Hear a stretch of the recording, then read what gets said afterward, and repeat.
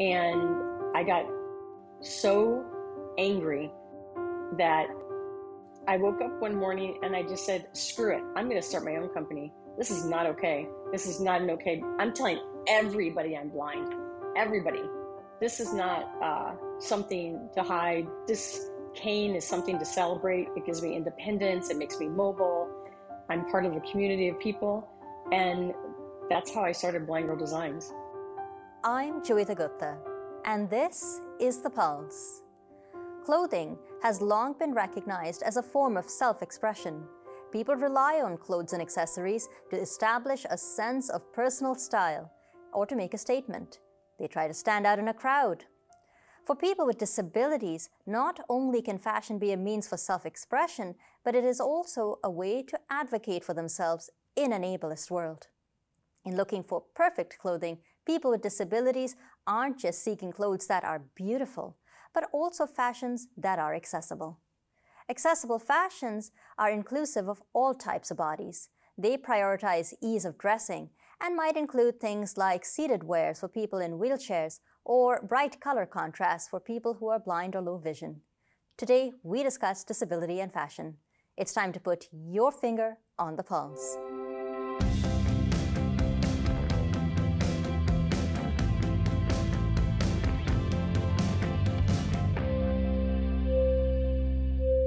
Hello and welcome to The Pulse on AMI Audio and of course here on YouTube as well. This show is available to you in a number of formats. You can catch it on AMI Audio at several times during the week. You can also find the podcast and listen wherever you are. And of course, if you're like me and you like to watch all kinds of videos on YouTube and while away many hours doing that, this show is now also available to you as a video on YouTube. So you can now not only see, hear what I sound like, but you can also see what I look like.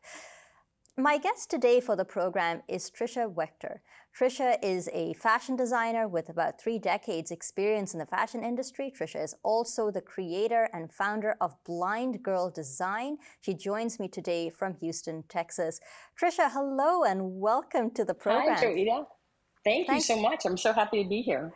Yeah, it's great to have you on the program. I am really keen to talk to you about Blind Girl Design and how that all got started. But tell me about how you got your start in the fashion industry.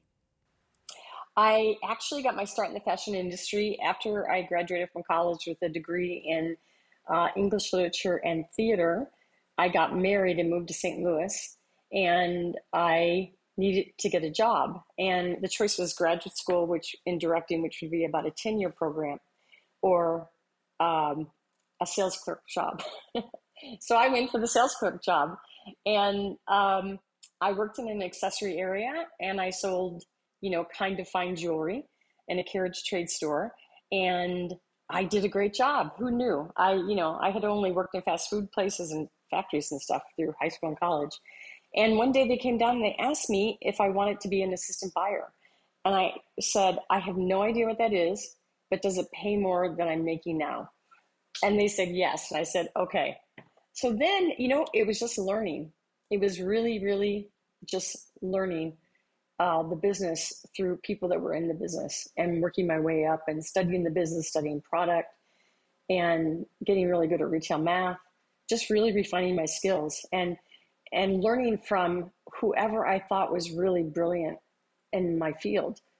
So that's how I totally fell into retail, completely fell into it. But it's a perfect match because costuming is a really big part of the theater, building sets, costuming, sewing, creating. My whole life was creative. So just a wonderful natural fit. I'm assuming that a lot of your job in the fashion world as a buyer would have involved the use of your vision. How much of the job is about your vision and how much do you actually rely on senses other than vision to be able to do the kind of work that you were doing?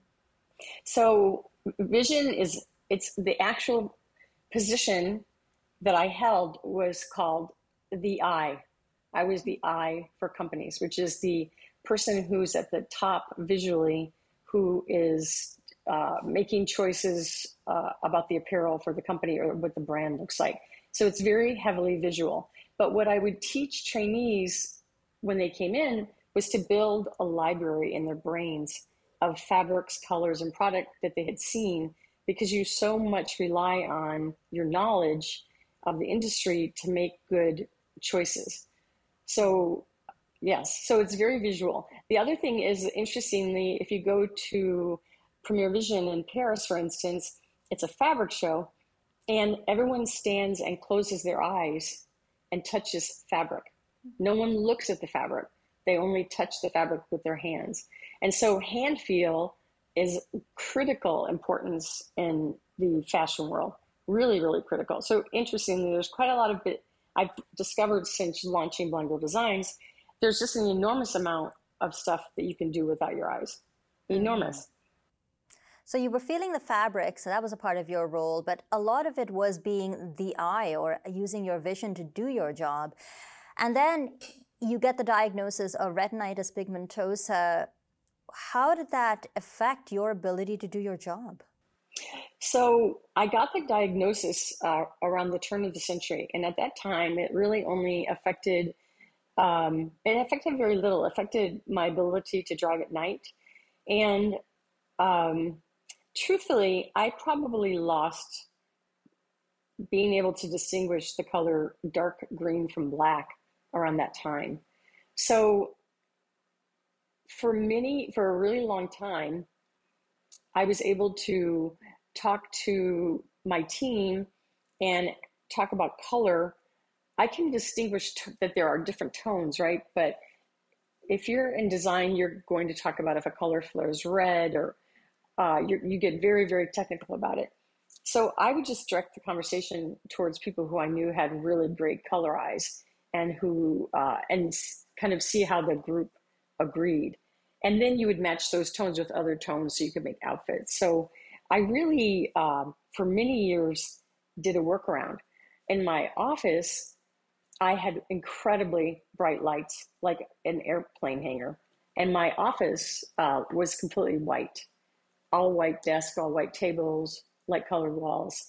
So as my vision continued to decrease, and I needed to use a white cane to go into theaters and any place where there's a transition from light to dark, I just kept trying to accommodate, my decreasing vision, until I couldn't anymore. When I crossed that level, I had a big loss of vision from a 20% visual field to a 17 to a 15 to an 11 over a 2-year period, which pretty much ended my ability to do that role on a corporate level.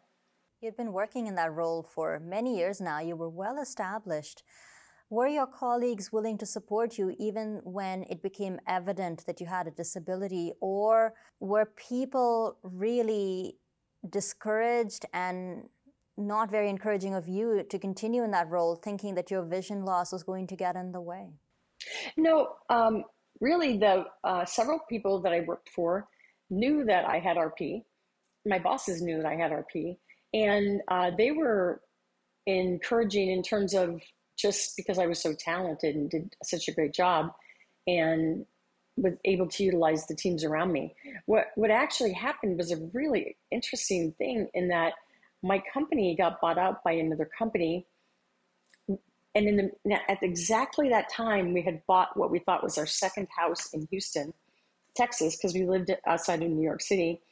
And then I was supposed to take a month off and then go back to New York, and the funding dropped for that company. Simultaneously, I came to Houston and I realized I couldn't see anything, because I was so used to being in my house in New York, getting on the bus. So much of this is visual memory. For me, to get on a plane and fly to Hong Kong, totally visual memory. That was just stuff I did all the time. But to come to a brand new place where I didn't have any visual memory, where everybody drives cars, it really cemented the fact that I had, gone past this barrier in terms of vision loss. So yes, everybody has been supportive. And when I launched Blind Girl Designs, I have just so many people that are supporting this. It's terrific. Tell me a little bit about Blind Girl Designs. What is the concept behind it? And at what point did you decide to start your own brand? Was it when you moved to Houston? So when I moved to Houston, I still, was kind of in denial about my vision and, applied for jobs and, but, they require sight. So that pretty much put me out of the running. But a friend of mine has a factory here and I helped him work in his factory.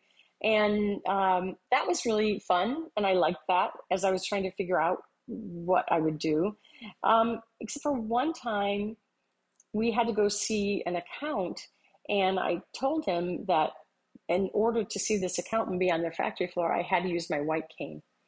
And he did not want me to use my white cane. And so I know it's, so I went with him and I put my hand on his back when we walked on the factory floor. And then I later told him that I couldn't work with him anymore. We're still friends. And I got so angry that I woke up one morning and I just said, screw it. I'm going to start my own company. This is not okay. This is not an okay. I'm telling everybody I'm blind. Everybody. This is not something to hide. This cane is something to celebrate. It gives me independence. It makes me mobile. I'm part of a community of people. And that's how I started Blind Girl Designs. So you really made a conscientious decision to center your blindness in the company's name, its logo, to really say, I'm not going to hide my disability. I have nothing to be ashamed of.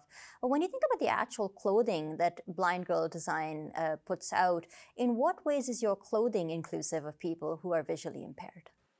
Well, there's a interestingly, when you were talking about accessibility earlier, I made a really conscious choice not to use any buttons and zippers in clothing. That's just my own choice. I have a special needs son who has low tone, who who doesn't actually have buttons and zippers on any of his clothes.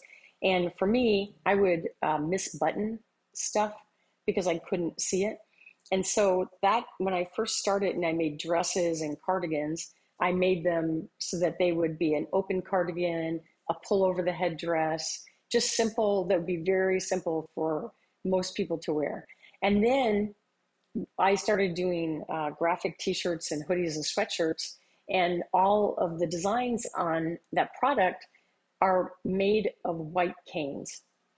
So it really is an external signal of our visual impairment, but not in a really not in a heavy way, in a very light and airy way, in a way to engage people and get conversations going around visual impairment. And have you had a lot of interesting conversations with people? If they see you out and about in a graphic tee with a couple white canes on that tee, does that get people talking? Yes. And it also, then of course I have a white cane with me, and they perceive me to be more approachable. And a lot of, they're actually willing to talk, or children always ask, what is that, mommy? And the mommies will go, shh. And I'm like, oh yeah, it's a white cane. Do you want to touch it? It helps me see, and then they engage. I like to engage about this topic as much as I can for people to understand blindness, because it's confusing, and there's just always room for everyone to learn and feel like they can not feel uncomfortable around somebody with a disability. Yeah, and I like what you said about children. I've had that interaction as well, where I've been walking down the street with my white cane, and exactly what you said, a mother and a child, mommy, what's going on? And the mom will try to shush the child. But I think there's a really great opportunity, especially with young kids, to get that conversation started about blindness, and that it's not really something to be afraid of or to be nervous about. It's just, it's just a transition that people make in their lives. So, one of the ways in which I really struggle with clothing, and I think this is an issue for my husband as well, is just in reading the care instructions, which are inevitably in really small type. Tricia, how do you deal with that when you interact with customers and they have questions about how to look after their clothing? Yes, no, actually what we do is auditory. Whenever we go to conventions or festivals, I actually tell people, how to wash, wash it on delicate, wash the t-shirts on delicate inside out, hang them to dry. And pretty much that's the same, a hoodie, which is heavier, I would say turn it inside out, wash it on delicate, and you can put it in the dryer because it's such a heavy material. But I verbally tell them, and many customers go to my website, pick stuff out, and then call me, because we have, just a tap right on the very front page of my website for people to call me because they have a lot of questions. And then I'll tell them about the care. Generally, there's an interaction about the care because it's difficult. It's difficult for me, of course, to be able to understand care. And even when I was pretty sighted, I really didn't understand what all the symbols meant. Anyway, there's like 13 symbols on there, with irons and Yeah. stop signs and stuff. So I just verbally tell people. So it makes it easy.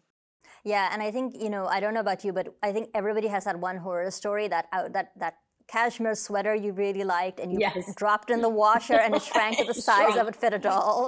Exactly. I've been burnt before, so I take the conversation about caring for your clothes really seriously. I am intrigued to get an idea of what some of your designs actually look like. Now, remember, this is in part audio as well. So I'm wondering if you'd be open to describing some of your clothing so we can get a sense of some of the designs that you have on offer.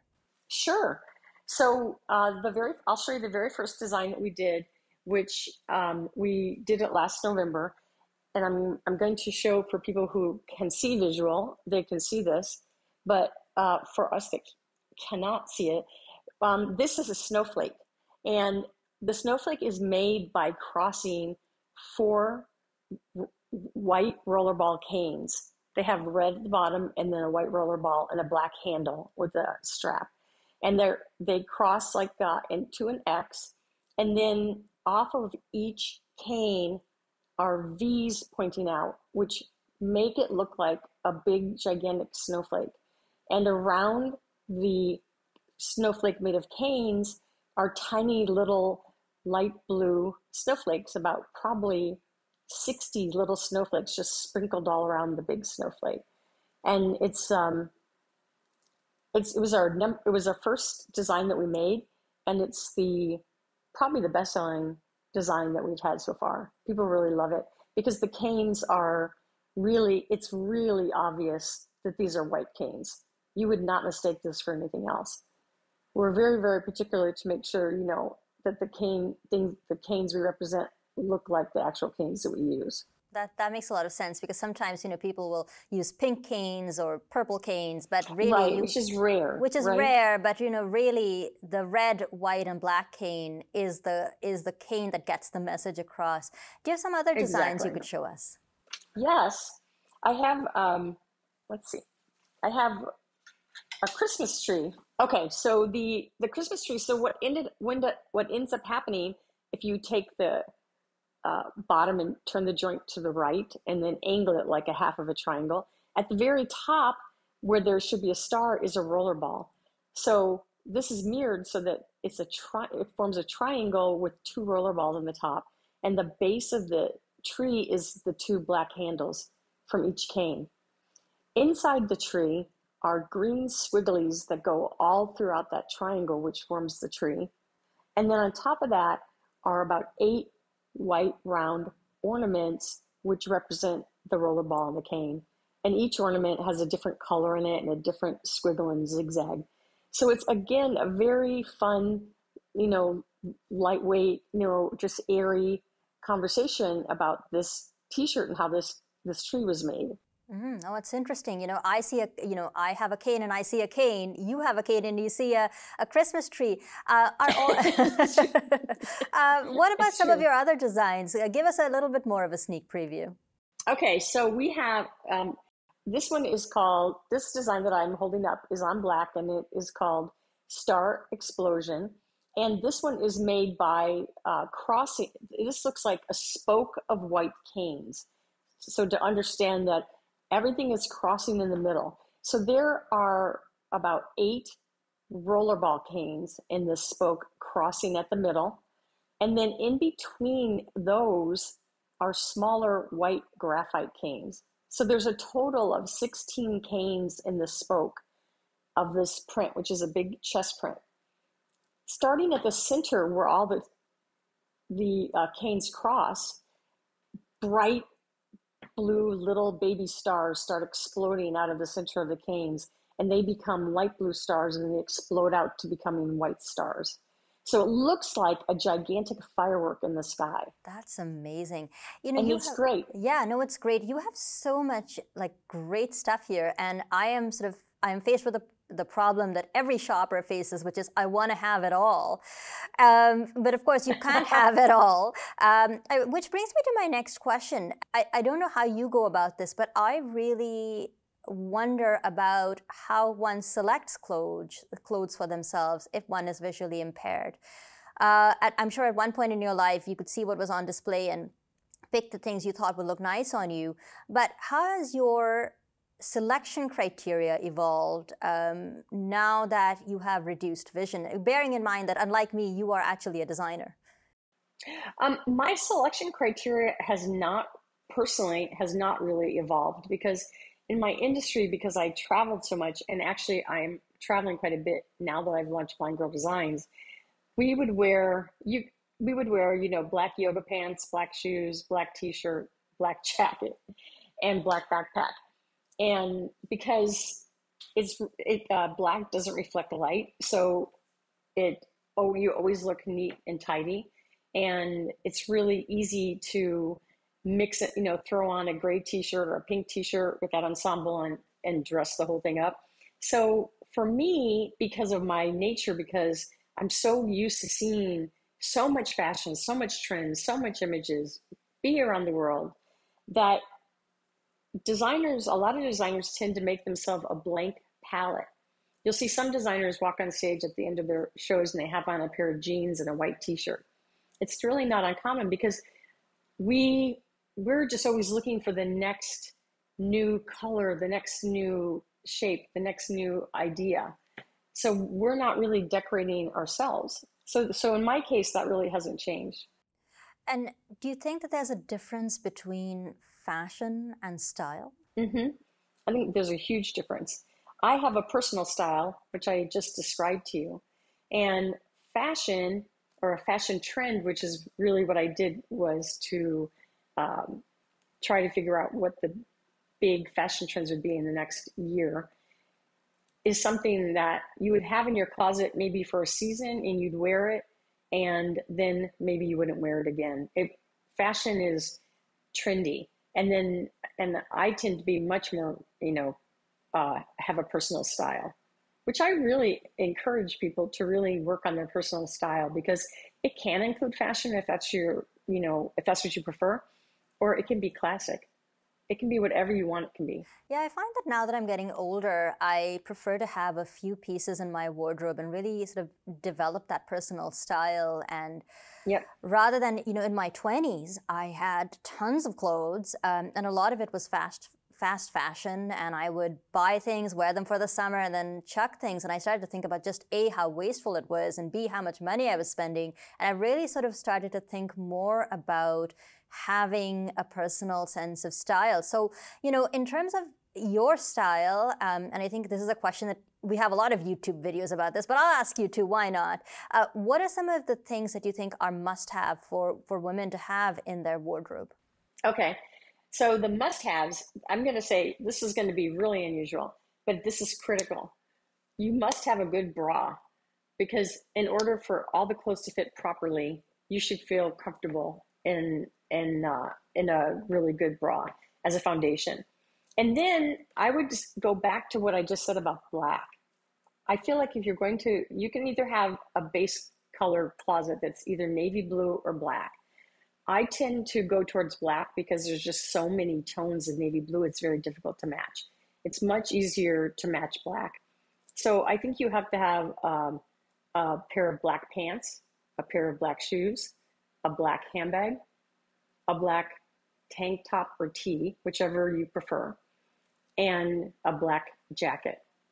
If you take all those clothes and put them on at one time, you can go anywhere. If you take the top off and put a pink top on, you can go anywhere. If you take the black pants off and put a pair of jeans in there, super cute. If you take the jacket off and you just have the tank on, darling. So if you have those essential in one color, and I'm going to say go on the black side, build your wardrobe towards the black, because most designers actually do. And then you can just insert the color or the texture or the scarf or all of the accessory jewelry, bangles, earrings, whatever you want on top of that. So think of it, kind of as a building block. Black is très chic, as they say. Yes, black is always chic. If you go to London, if you go to Milano, if you go anywhere in the world except for Paris, which tends to go a little more brown and gray. Yes. And you go to New York City, everybody wears black all the time. No, for sure. So it's totally good. Oh, amazing. Well, in the minute or so that we have left, you've described some of the origins of Blind Girl Design, and you've shown us some of your wonderful designs as well. But just, in about 30 seconds or so, what do you hope the future of the brand will be? Where do you want to take it next? The more that we have worked within our community, the more I see a real need for being able to label our clothes so that people can identify them independently. And there's not any current system that's universal for that. And for me, as we grow our company, I'd like to be able to develop some of my product internationally, where we can use a feature called embossing, where they can emboss a label or emboss the back of a garment with raised letters or braille to be able to for people to identify their clothing. That once I can find that, it would be in every piece of clothing that I have. Because you know what? I am of the inside out and backward t-shirt club, so I would prefer to have embossing on everything I have, so that automatically when I run and grab that shirt, I actually put it on inside, right and frontwards. Right. I think we've all done that. Tricia, how can we look at some of your designs if we want to, check out Blind Girl Designs? How do we do that? Oh, and most importantly, do you ship to Canada? We do ship to Canada. And we are at blindgirldesigns.com, www.blindgirldesigns.com, blindgirldesigns.com.